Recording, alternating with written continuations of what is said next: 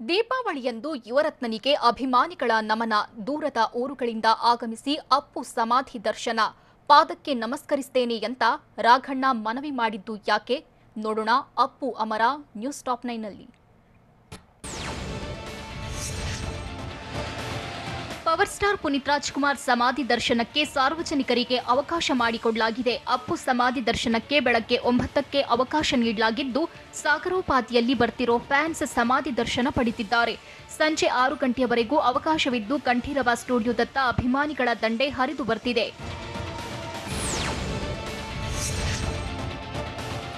ಪುನೀತ್ ರಾಜ್ಕುಮಾರ್ ಸಮಾಧಿ ದರ್ಶನಕ್ಕೆ ಜನಸಾಗರವೇ ಹರಿದು ಬರ್ತಿದೆ. ಯುವರತ್ನನಿಗೆ ನಮನ ಸಲ್ಲಿಸಲು ಹಬ್ಬದಂದು ಅಭಿಮಾನಿಗಳು ಬರ್ತಿದ್ದು, ನೋವಿನಿಂದಲೇ ಅಭಿಮಾನಿಗಳು ಅಪ್ಪು ಸಮಾಧಿ ದರ್ಶನ ಪಡೆಯುತ್ತಿದ್ದಾರೆ.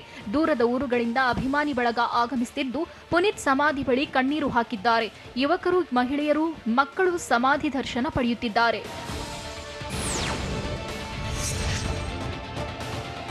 ಪುನೀತ್ ಸಮಾಧಿ ದರ್ಶನಕ್ಕೆ ಇವತ್ತು ಕೂಡ ಅವಕಾಶ ಕಲ್ಪಿಸಿದ್ದು, ಸಂಜೆ 6ರವರೆಗೆ ಸಮಾಧಿ ವೀಕ್ಷಣೆ ಮಾಡಬಹುದಾಗಿದೆ. ಸಮಾಧಿ ವೀಕ್ಷಣೆಗೆ ಕಂಠೀರವ ಸ್ಟುಡಿಯೋದಲ್ಲಿ ಸಕಲ ಸಿದ್ಧತೆ ಮಾಡಿದ್ದು, ಅಪ್ಪು ಸಮಾಧಿ ವೀಕ್ಷಣೆಗೆ ಅಭಿಮಾನಿಗಳು ಆಗಮಿಸುತ್ತಿದ್ದಾರೆ.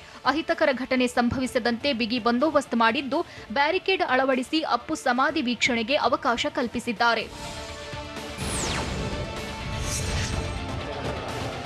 ಅಪ್ಪು ಅಭಿಮಾನಿಗಳು ದೂರದ ಊರುಗಳಿಂದ ಆಗಮಿಸಿ ಕಂಠೀರವ ಸ್ಟುಡಿಯೋದಲ್ಲಿ ಸಮಾಧಿಯ ದರ್ಶನ ಪಡೆಯುತ್ತಿದ್ದಾರೆ. ದಾವಣಗೆರೆ, ಚನ್ನಗಿರಿ, ಆನೇಕಲ್ ಸೇರಿದಂತೆ ಹಲವೆಡೆಯಿಂದ ಅಭಿಮಾನಿಗಳು ಆಗಮಿಸಿದ್ದಾರೆ. ಗಂಡಸಿ ಹ್ಯಾಂಡ್ ಪೋಸ್ಟ್ನಿಂದ ಕಂಠೀರವ ಸ್ಟೇಡಿಯಂನಲ್ಲಿ ಅಂತಿಮ ದರ್ಶನಕ್ಕೆ ಬಂದಿದ್ದ ಅಭಿಮಾನಿ ಇಂದು ಮತ್ತೆ ಸಮಾಧಿ ದರ್ಶನ ಪಡೆದಿದ್ದಾರೆ.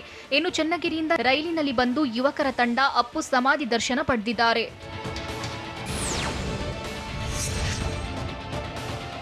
ಬಳ್ಳಾರಿಯಿಂದ ಆಗಮಿಸಿ ವಿಶೇಷ ಚೇತನ ಅಭಿಮಾನಿ ಪುನೀತ್ ರಾಜ್ಕುಮಾರ್ ಸಮಾಧಿಗೆ ನಮಿಸಿದ್ದಾರೆ. ದೀಪಾವಳಿ ಹಬ್ಬದ ದಿನವೂ ಅಪ್ಪು ಸಮಾಧಿ ದರ್ಶನಕ್ಕೆ ಅಭಿಮಾನಿಗಳು ಬಂದಿದ್ದು, ಸಾಲುಗಟ್ಟಿ ನಿಂತು ಅಪ್ಪುಗೆ ನಮನ ಸಲ್ಲಿಸಿದ್ದಾರೆ. ಪಕ್ಕದಲ್ಲಿರುವ ರಾಜ್ಕುಮಾರ್ ಪಾರ್ವತಮ್ಮ ಸಮಾಧಿಗೂ ಅಭಿಮಾನಿಗಳು ನಮನ ಸಲ್ಲಿಸಿದ್ದಾರೆ.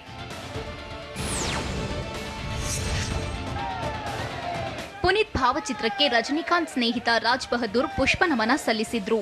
ಬಳಿಕ ಮಾತನಾಡಿದವರು, ಮುಂದಿನ ವಾರ ಪುನೀತ್ ರಾಜ್ಕುಮಾರ್ ಮನೆಗೆ ರಜನಿಕಾಂತ್ ಭೇಟಿ ಕೊಡ್ತಾರೆ ಅಂತ ತಿಳಿಸಿದ್ರು. ರಜನಿಗೆ ಅಪ್ಪು ಅಂದ್ರೆ ಪ್ರಾಣ. ಇಲ್ಲಿಗೆ ಬಂದ್ರೆ ರಜನಿ ಪುನೀತ್ ಭೇಟಿ ಮಾಡ್ತಿದ್ರು.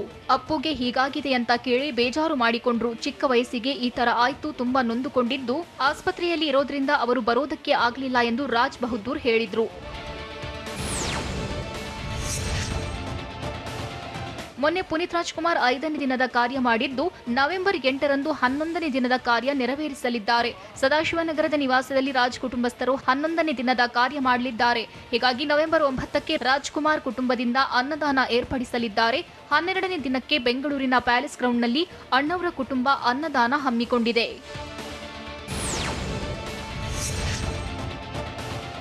ಆತ್ಮಹತ್ಯೆ ಮಾಡಿಕೊಳ್ಳದಂತೆ ಪುನೀತ್ ರಾಜ್ಕುಮಾರ್ ಅಭಿಮಾನಿಗಳಿಗೆ ನಟ ರಾಘವೇಂದ್ರ ರಾಜ್ಕುಮಾರ್ ಮನವಿ ಮಾಡಿದ್ದಾರೆ. ಆತ್ಮಹತ್ಯೆ ಮಾಡಿಕೊಳ್ತಿದ್ರೆ ಭೂಮಿ ಮೇಲೆ ಯಾರೂ ಇರಲ್ಲ. ನಮ್ಮ ನೋವನ್ನು ನಿಮ್ಮ ತಂದೆ ತಾಯಿಗೆ ಕೊಡಬೇಡಿ.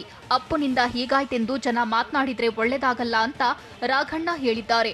ನಾವು ಈಗಲೇ ನೋವಿನಲ್ಲಿದ್ದೇವೆ, ಮತ್ತೆ ನೋವು ಕೊಡಬೇಡಿ. ನಿಮ್ಮ ಪಾದಕ್ಕೆ ನಮಸ್ಕರಿಸುವೆ, ಆತ್ಮಹತ್ಯೆ ಮಾಡಿಕೊಳ್ಬೇಡಿ ಎಂದು ಅಭಿಮಾನಿಗಳಿಗೆ ಮನವಿ ಮಾಡಿದ್ದಾರೆ.